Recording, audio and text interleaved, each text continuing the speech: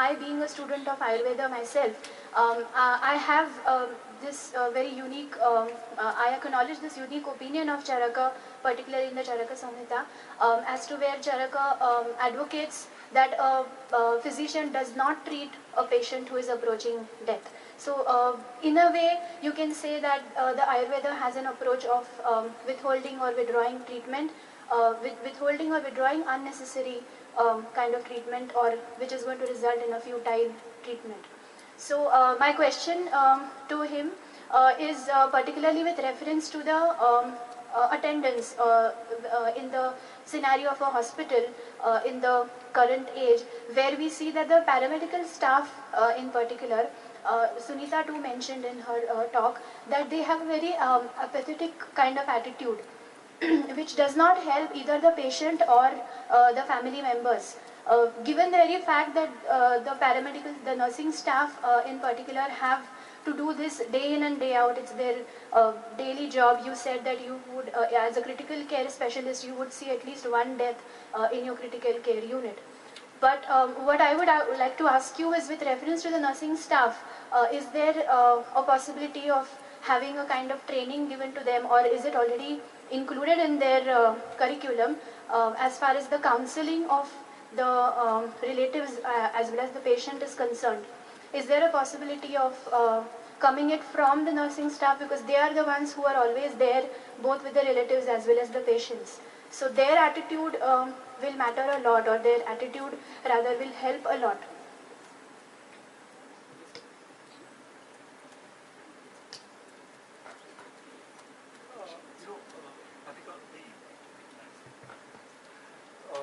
The thing is that it's not a question of the paramedical or the medical staff.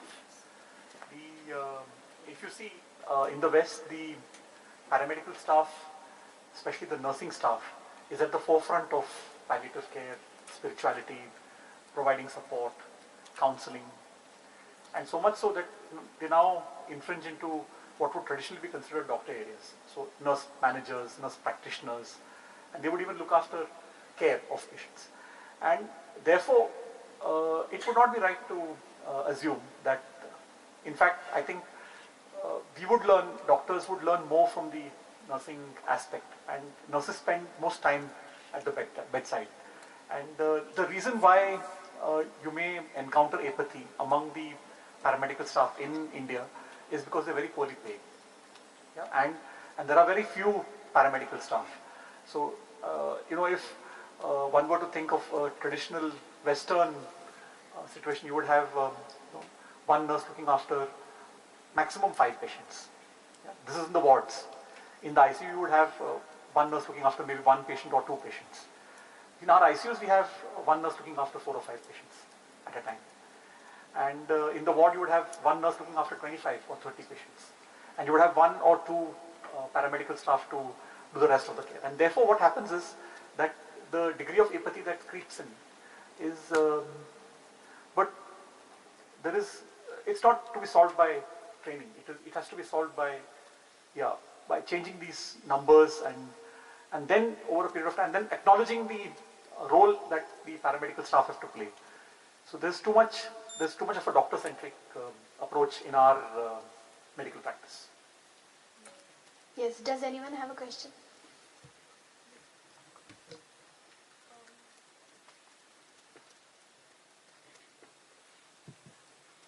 So actually, one of my uncles, he is a surgeon, and I happened to ask him his opinion on euthanasia, and one of the things that he mentioned to me is the attitude of the family. In some cases, there is also an attitude of apathy towards the fact that the patient is dying. They have this attitude of the martoena, and like he mentioned a few cases to me. So, like, what can be done about, like, is there anything, does this affect the attitude in general about euthanasia? The cost of palliative care and everything that the family does not wish to, like, incur, does that also play a huge role in the fact that we don't have these kind of care in India?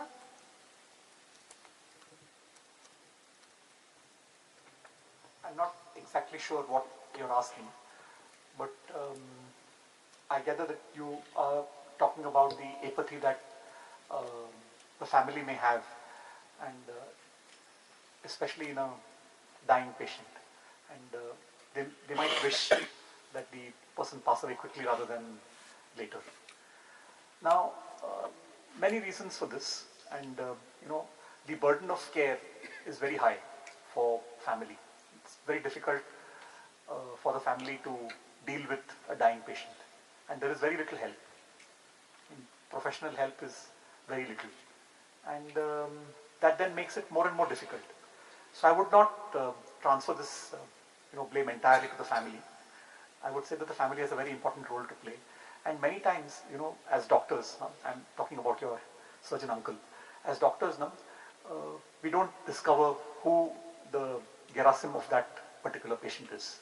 Yeah, so many times it may be the attendant, or so if you have to really gain a perspective into what the patient wanted, please remember that most of the time we deal with the family, but we should try and deal with the patient, and this is something which as Indian doctors we are lacking, and we need to place the patient at the center of our concern rather than the family, and that I think will help to change attitudes.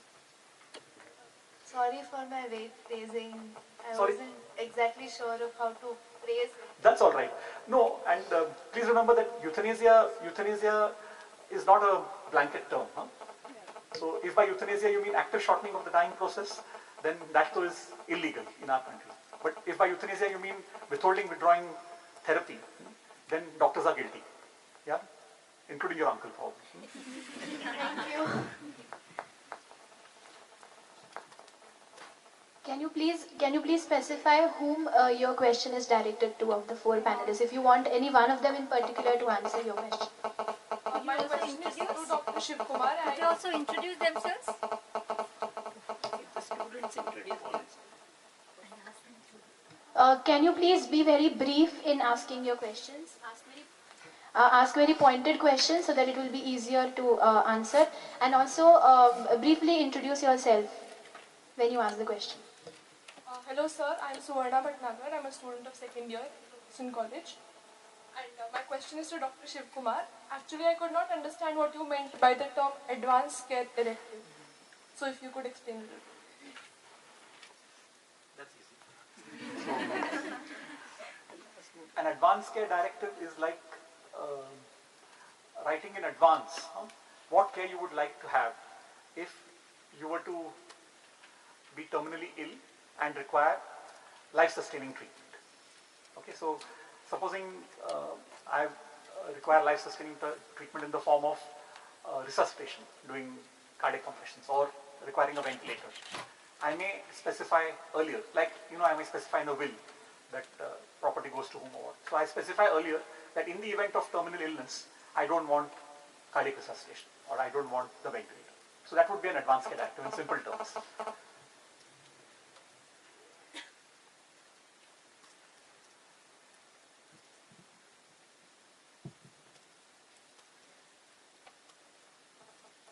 I am Augusto. First of all, I am very thankful for the resourceful persons from the introduction, Dr. Sunita and all the panelists. It was really marvelous to be here, and it was not worthless to be here. Thank you very much for your presentation. And I have two questions, and I don't know whom to address. The first question is from the first and second speaker. It came there in between. The second speaker mentioned about most of the patients, they have, one of the things which worries them is that they don't know what they suffer, what is their illness. And practically I have experience for that as well. When I was in the hospital taking my mom, after the tests, they were not able to exactly tell me what is it. And I had to follow up 2 doctors, but they were not able to tell me exactly. So, very like that the doctor is here. Can you tell us, is there a secret in your training that some of the patients may not be told? That's what the half question. And second one, what is the effect, importance to the patient to know what they suffer? Is there any psychological which can help them to know? This is full question. The second is, you know, from the presentation, I came to know that the whole idea of dying with dignity is not an easy issue. It involves almost the whole aspect of life, social, spiritual, and all this. And much of the things, they go with the medical expenses. There is a lot of expenditure which are involved. Now, as a human being, everyone has got dignity to die in a dignity way. So what can we do in order to make the humanity to die in dignity? Take into account of the poor economically, of the rich, and all the social structure. Thank you.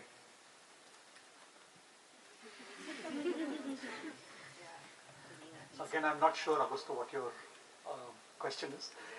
Are there any secrets that doctors are taught that they don't tell their patients? Well, you know, I'll address your question slightly differently, and maybe it will give you a different perspective. So, you know, when I was looking at the 4 principles of biomedical ethics that we have, which Dr. Navle mentioned in his presentation here: autonomy, beneficence, non-maleficence, and justice. So it is interesting to look at the history. Though these 4 principles were enunciated in the 1950s, 1960s, the principles of beneficence and non-maleficence have been there with us for a long time. Yeah? And they come to us from the Hippocratic tradition, or from even from the Ayurvedic tradition, or from all the traditional forms of medicine. And it was the predominant thing till maybe the 18th or 19th century. And the reason for this was that, you know, Hippocrates came from a secret society. Yeah? So it was what medical knowledge they held was held to be secret. And it was discussed only in that small circle. Yeah? But then what happened was, in the 18th and 19th century, with the Western Renaissance, yeah, you had Western philosophy, especially empirical philosophers like Berkeley, Hume, and others, who brought a great degree of doubt and this into reasoning. And so that was one aspect, and that brought into the 4. Even, you know, for example, the utilitarian theories which are there, they brought into 4 the 4th question of justice. And then the most recent addition was the addition of autonomy. And autonomy has really come from the, you know, American Declaration of Independence is there, then the French Revolution is there. Then you have the WHO Declaration of Human Rights, in which right to health is a very important part. And it is the WHO systematically over a period of time, and the principle of autonomy has come in. And so the autonomy thing means that now, as a doctor, I have no secrets from my patients. I'm supposed to disclose freely, completely, whatever I know about the illness. Not only that, I will encourage the patient to gain further knowledge about the disease. I would encourage him to look at the internet, to ask others if he feels the need to do so. And I would want him to primarily decide what treatment to do. So autonomy is, if one were to think of the 4 principles, because all of them, if we consider all of them as equal, then there will always be dilemmas. So if there's one overriding principle, it is the principle of autonomy. So no secrets. Okay, so that's how I would answer your first question. And for the second question, I would request if any of the panelists would like to, because it seems to be a justice kind of question.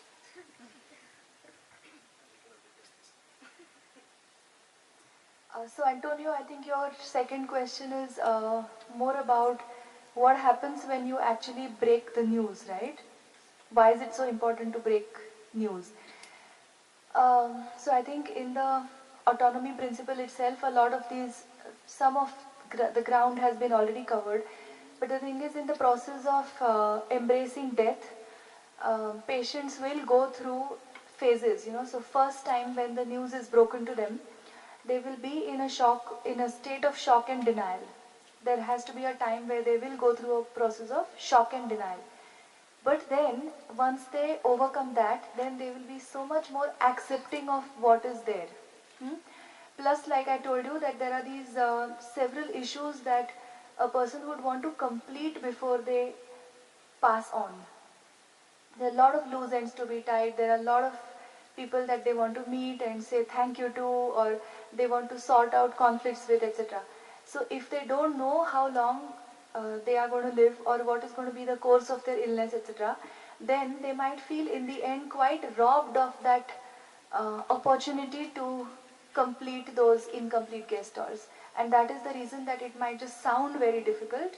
It might just sound very difficult to break the news, and there is a way to do it. But possibly even after considering the fact that the patient is going to be in a state of shock and denial, but still it looks like a good option to have. So that sounds like the answer to the second part of the first question. Yes, I answered the second part of the first question. And now the justice question, maybe the philosopher will answer. Maybe I'll take up the economy point of view. You said if it is too costly and all, you see. In fact, in my presentation, I had to rush through because I am told by 2 o'clock you have to vacate the hall, right?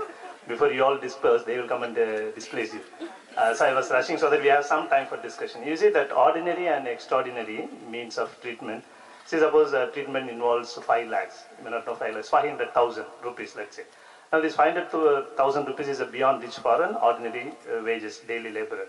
Whereas middle class, with certain difficulties, they may adjust. A big, very, very rich person, Anil Ambani and all, it's nothing. So the point is not the question of money, but the question of the family and social environment, etc. So from our Christian perspective, the point is that if for that family is that particular treatment is beyond their reach, they are not morally obliged to undertake this one.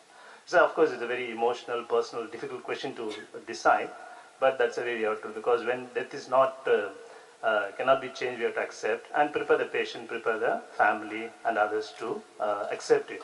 And that is where the palliative care, all those comes in the picture. Thank you. Over to justice point of view. Thank you. I think your last question was like, how can we develop this culture of dying with dignity? Am I right?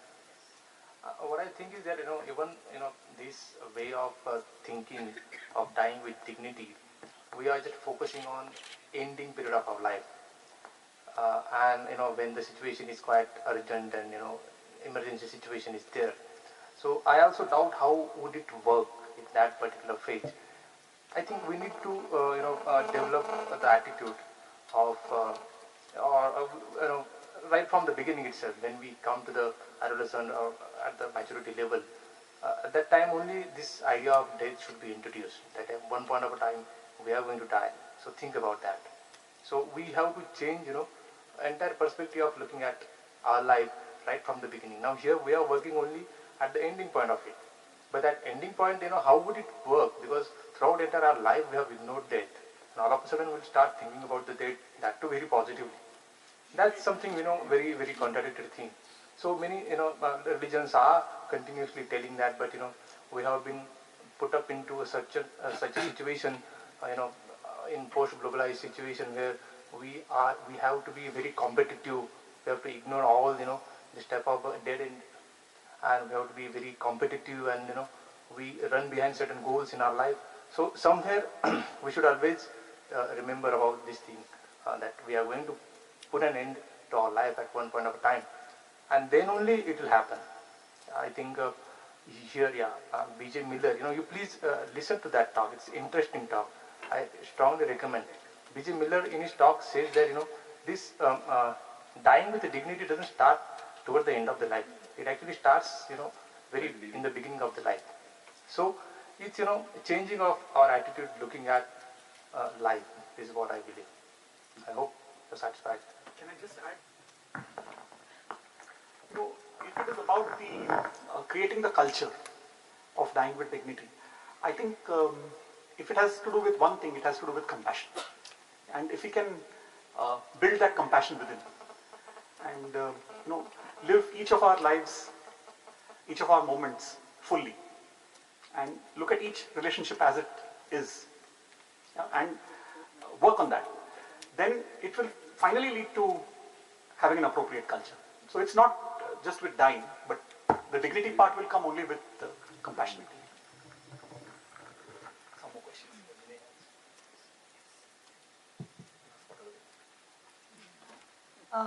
My name is Ira, and I have a question for ma'am.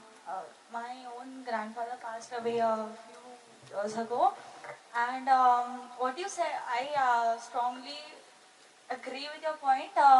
You told us that the people around the patient, they need to get rid of their own depression in order to make that person feel better, even though that person knows he's going to die.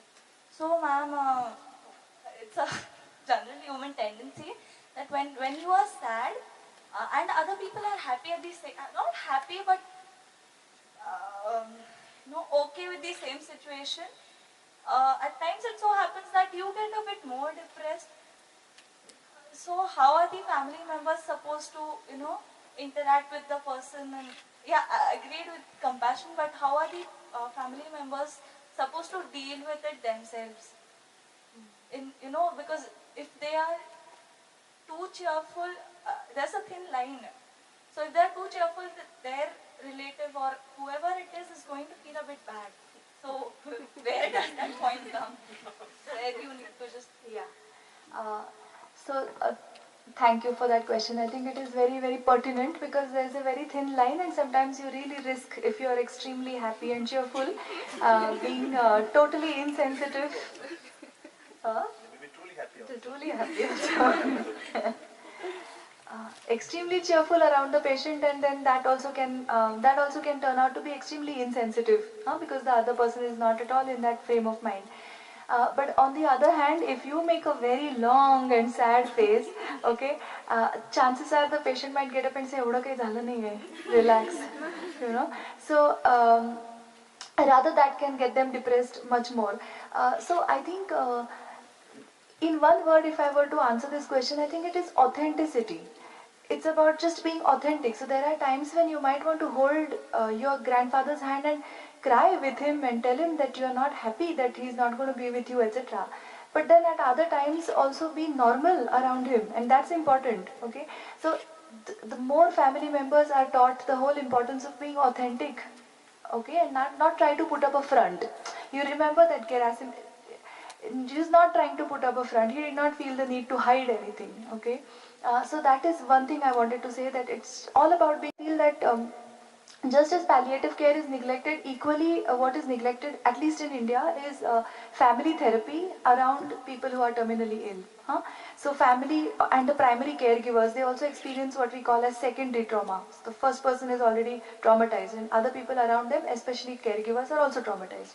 So they need to be given sufficient time away from the patient where they can deal with a lot of things. So away from the patient. Understand? Means that there has to be a place where they get to talk about how they are affected by that person's health and the impending death, etc. So that when they go back to the patient, they don't come across as excessively sad. Yeah.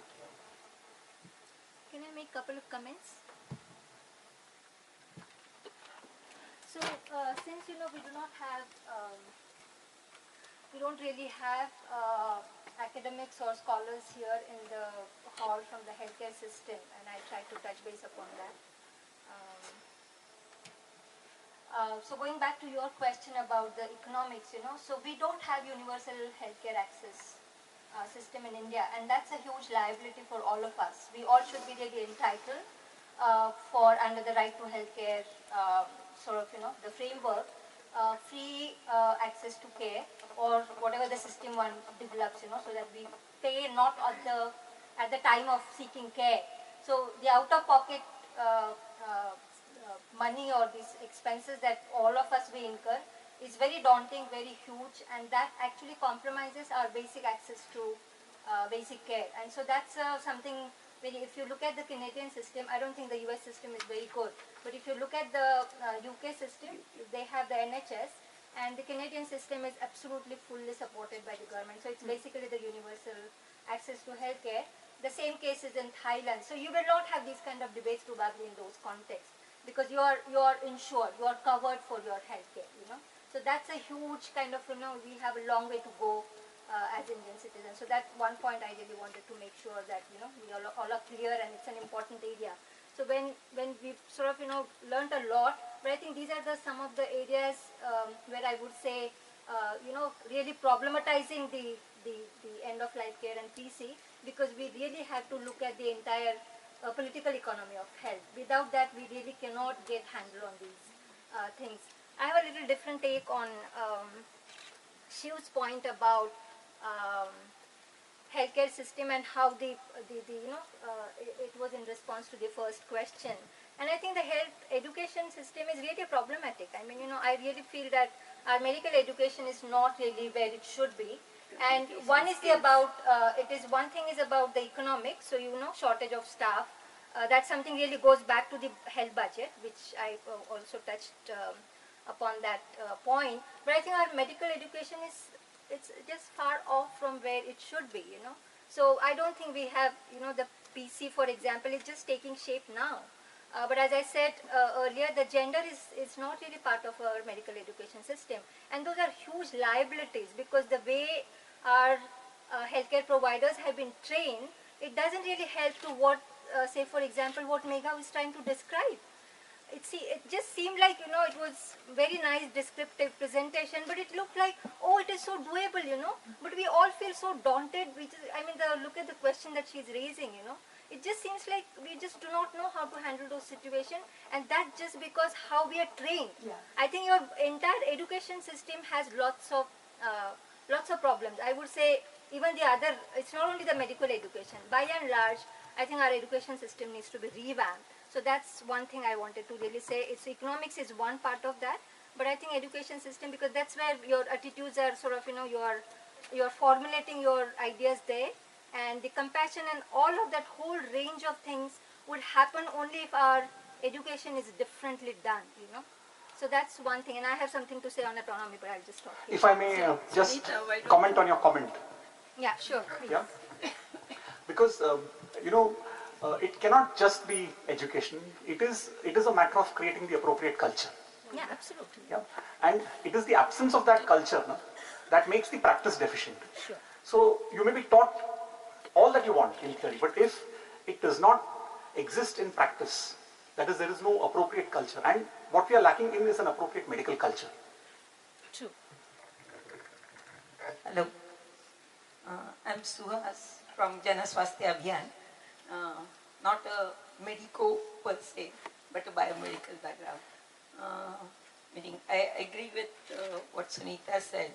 I would also add that not just in the medical staff, but in our community in general. Why, especially when we are taking this process ahead, why don't we not give so much emphasis on the religions-based approaches? Why don't we have just human compassion at our base, rather than saying that in this religion it is like this? I was slightly upset by that aspect. So let us, all the students and the community as such, have a human compassion. And in general, in our education, we don't teach good communication skills. I also don't claim to have one, but I have been interacting with many cases coming from the rural, very low socio-economic areas. I find some doctors are excellent, but the general problem is they feel more relaxed when someone like us is there to communicate with, because the doctors are unfortunately, or most of our highly qualified people, are not trained to communicate with the layperson. And I don't know how we are going to handle it. But I think that should be one of the major focus if we really want to go for palliative. Thank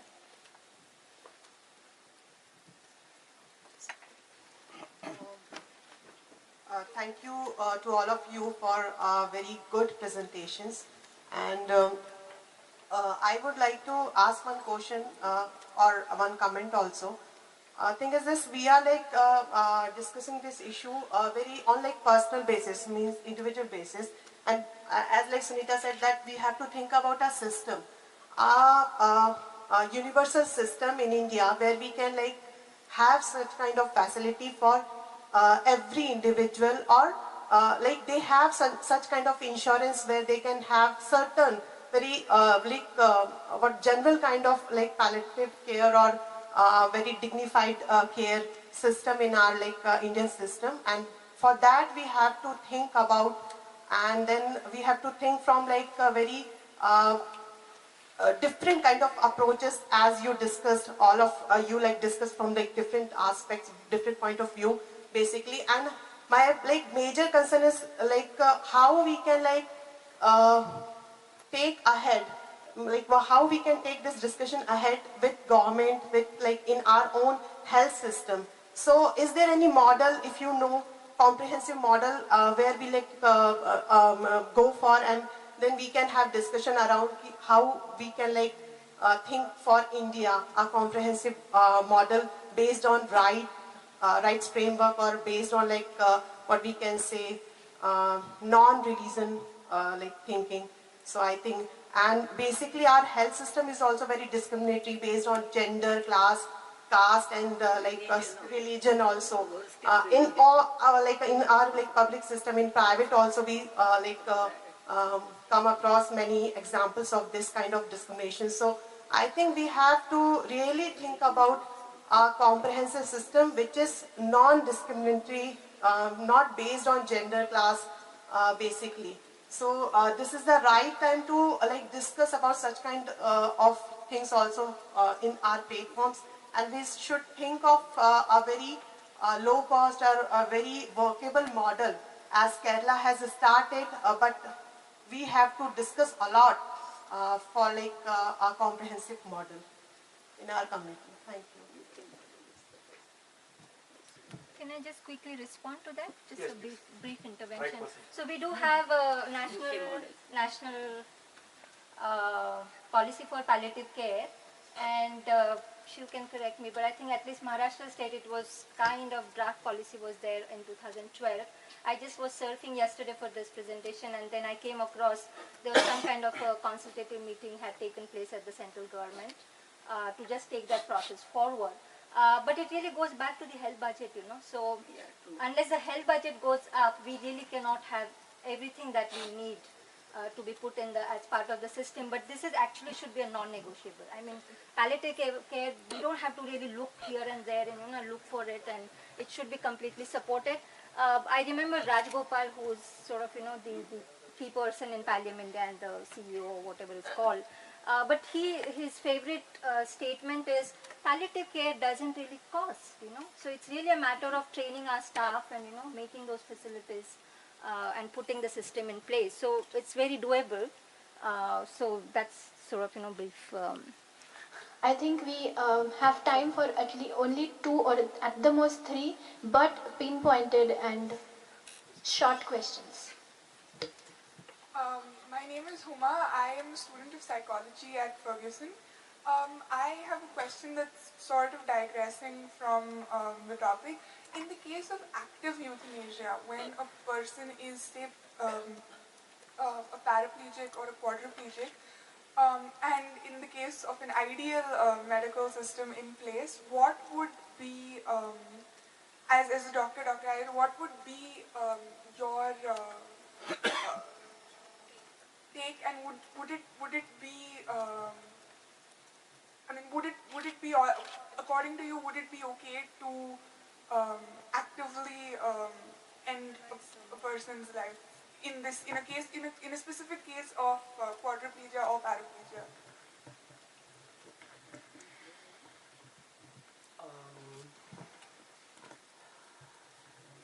It is even in an ideal medical system, this question is difficult to answer. Even if it is driven by the patient himself or herself, that a paraplegic or a quadriplegic wishes that he or she be administered a lethal dose of drug. In a system, let's not say ideal or non-ideal, but in a system that allows physician-assisted dying or active euthanasia. So would his request be granted? I'm not sure, because there are ways to deal with the problems that occur, physical, the psychological, the spiritual problems. And if you're able to deal with them adequately, then the person may not feel the need to ask for a lethal dose. So, this question was asked even in the Netherlands, where it has been in existence for the longest time. So, is the person who is depressed, so severely depressed that he asks for a lethal dose of a drug, and his physician is convinced that there is no treatment for this. I mean, he's tried all the modalities of treatment not working. So then should he be given, so would it be suicide, or would it just be physician assisted dying? So this question is difficult to answer in that sense, and you would leave it to the person himself. But you can, yes, probably. The example would be you've heard of Christopher Reeves? Yes. Yeah, Christopher Reeves had quadriplegia after an accident, and despite having all the resources in the world, and finally he did want to end his life. Yeah. So I completely agree with Dr. Shiv Kumar, and it is really a very problematic situation, and there is no one single right or wrong answer to it.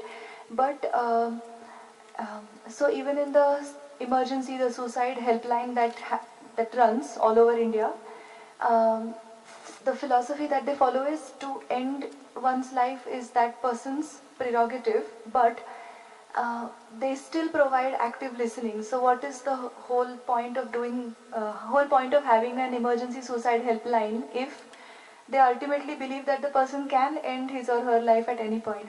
The thing is, all of us want to live, and paraplegics, if they are otherwise okay, then surely. So one of the things we can do is to listen to them well. Chances are, if we give them a tremendous opportunity to cathart, this is my belief. If that person is given a tremendous chance to cathart, yeah. So after that, chances are that once they do all the crying that they are supposed to do, or whatever is looming on their heart, chances are they might just reverse their decision and they would not want to hasten death. My name is Shivendra Siya Patankar. I am doing first year BSc in Fergusson College. My question is to Dr. Iyer and Dr. Sir. Sir, Dr. Iyer, question for you is, what is ethic board? Ethic board. Ethics board. Yeah. And to Knowledge, sir, what is creative dying? Means, what do you mean by that? An ethics board is a board where you refer your ethical dilemmas. Yes, and in India, unfortunately, we don't have experts in bioethics to whom we can refer our problems. But then they would generally consist of a senior doctor, maybe a social worker, and somebody from the lay community. And the questions that you would ask would be ethical questions of the kind which was just now raised. So if you have an ethical dilemma, whether to withhold or withdraw or continue treatment, or there is a conflict, that means the doctor feels that it's not going to help, and the family says, no, you must go all out and do everything. So that becomes a conflict, isn't it? So the doctor feels that it is not beneficent to continue treatment for a terminally ill patient. The family says, no, doctor, you have to do everything. And they are exercising their right of autonomy, and I am saying it's not beneficial. So there's a clash of two principles. So whenever there's a clash of two principles like this, then you would refer it to an ethics board. It's a really very creative question.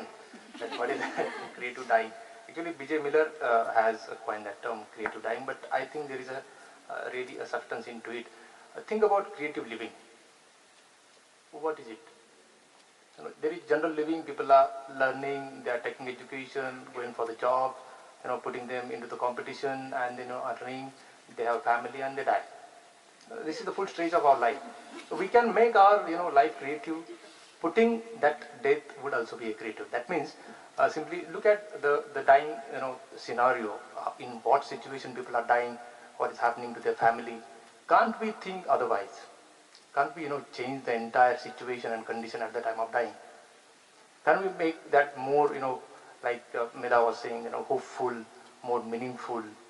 That at that point everybody feel indignified. when somebody in our relation, in our family time, that time, family also feel, very helpless. That person who is deceased is also, find himself very indignified. We can, increase his dignity by, the knowledge or resource that we have already, because that is most certain thing. And why are we so much afraid of the most certain thing? So I think these are some of the points which we can work over and make our death more creative. Can I add to that?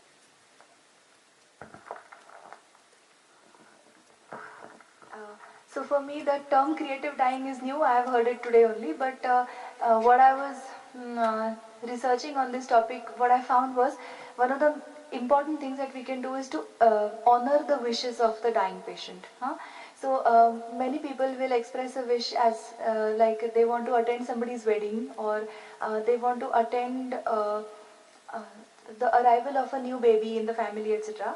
And so palliative care can be definitely geared to, keeping that thing central, that this person wants to attend a wedding, and let me see what I can do so that this person gets to attend that wedding or do whatever. So that those moments that are left for them become joyous rather than all depressed and negative. Yes, I think we should allow the lady sitting in front. Yeah. Now she's put up both hands. Yeah, please, her. Yes, you can ask your question. We'll repeat it for you on the mic. Yeah, Don't wait for the mic. Okay. So I heard your points about creative dying and dignified dying, and I really like them because I think it's great fun to think about death from different perspectives, like scientific, psychological, philosophical, and spiritual. My question was that in dignified dying, don't you think that in India, the psychological aspect of the patient is really taken away from them? Like, you could be treating somebody in a 5-star hospital, but still that person would be disgusted by himself. Yeah. Because during terminal illness, there are so many things that they can't do by themselves, and things that you do. So my question was like, there's this beautiful book I read, Tuesdays with Maury. Yeah. And there the person was dying, and how he dignified his own life through dying was beautiful, the way the concept was wholly portrayed. So why do you think that in India it's not at all known by people? Like, people could die of depression and yet they wouldn't know that they're totally depressed, or they wouldn't even work on it. Because in India, if you're depressed or if you go to a counselor or a psychologist, then you're considered mad. So what do you think could be done to, like, help people, and what do you think could be done in India? Like, maybe upgrading our education system, of course, but other things that could be done in order to include the psychological aspect of the patient and the families during the time of death and all. Beautiful question. So, like Sunita ma'am just pointed out, that there is a whole lacuna in the system of education. So also when counselors are trained, there is a whole lacuna. So somehow as the community of counselors, we are only falling short, is what I feel, of spreading that awareness. And that is the whole reason that people think that the moment, first of all, that they have to approach a mental health professional only when they have a severe disturbance like schizophrenia or whatever, and then the notion spreads that, oh, if you have approached somebody, that means you are psychotic. That's the way it's thought about. Okay, so I think we are, as community of counselors, we are only not making our presence felt, first of all, and second is the way we are as counselors also. I think we need to be so much more cheerful and so much more there with the people around us, so that the word spreads. I know that in the last 10 years or so, things have started really looking different, and people have already started approaching counselors much more than they approach psychiatrists, and they have started seeking help for other other emotional problems other than schizophrenia, paranoia, etc. So the scenario is already very fast, it's changing very fast. But I think if palliative care is also made a part of the training process in counseling, that will greatly help. Yeah, like, I had a small example. My brother last year was diagnosed with mild dyslexia, and he's studying in London. So, is it taking too long? I hope. No, go ahead. So, there, here my my mom started crying. She thought that, how did he pass 12th standard, my poor kid? And here, because she didn't know what exactly, is supposed to mean by that. Or she thought that, she'd seen Tare Zameen Par, so she thought it's the whole scenario. And when my brother consulted his counselor, he said, this is what's happening, you tell me what to do with it. And my mom then went to her psychologist and he told her, it's all chill, it's fine and all. So I'm just thinking that if she wouldn't have consulted a counselor or a psychologist about her problems, then she would have gone into depression. Yeah. And even tiny things can lead to bigger things. Big problems, yeah. Sure. So I think that in India, we really need to focus on things which need more importance rather than building up these private hospitals. We need good, I mean, no offense. We need more emphasis on the psychological aspect because as sir rightly said, somebody rightly said, it's your mind that makes you die, not your body. To present those views because I thought that Fergusson college students are undergraduate students. But I was not knowing that Stephen is bringing his colleagues also from his JDV. I've been asking to ask this question. Yeah. So yeah, correct. I mean the realistic approach and idealistic approach are contradictory. I'll modify your question.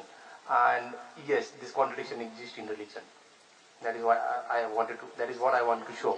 That, but then people in one religion subscribe to various other opinions, and that's why other various opinions are there, and then due to the diversity of opinion, contradictory opinions are going to be there.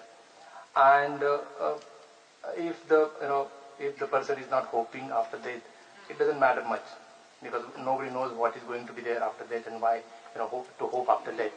But it really matters in the idealistic philosophy or in an idealistic approach. If this existence doesn't have any meaning, subscribing to Advaita Vedanta, that really matters, and that is what partly answer to your question. Why this culture is not there in India? The culture of dying with a dignity. Maybe I do not know. Other part of the world there is such culture, but especially in India there are cultural reasons. We have worked a lot. Indian Indian intellectual what we can say. Tradition has worked a lot on soul, and it has ignored body. If you want to define dignity, we have to define our physical existence. We have to acknowledge our physical existence. Physical existence is manifested through body. So what about the body?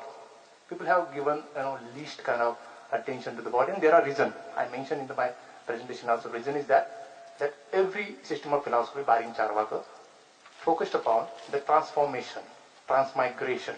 So they have undermined the importance of our physical, bodily, phenomenal existence. Doesn't matter whether it's a Buddhism, doesn't matter whether it's Jainism or Hinduism. All schools of Hinduism focused upon salvation, Buddhism also focused upon salvation. And what is the implicit to this is the undermining importance of our physical existence. So dignity is very recent. And that disease has, say for example, an infectious agent. Yeah, so there's a strong biological basis. Yet, even with a very strong biological basis for that disease, he still is going to interact with it as an individual. And so now, in the philosophy of medicine, people are beginning to look at why the mechanical model is so dominant, over-dominant. And it has partly to do with the way things have developed over time. And I think there is time, and this is the time to make this paradigmatic change, in medicine, to move from modern scientific medicine or mechanical model to something which is more holistic, hermeneutic model. I think Stephen wants to make a point, so. Just 2 quick comments. I'll take only 22 seconds. You can check your watch.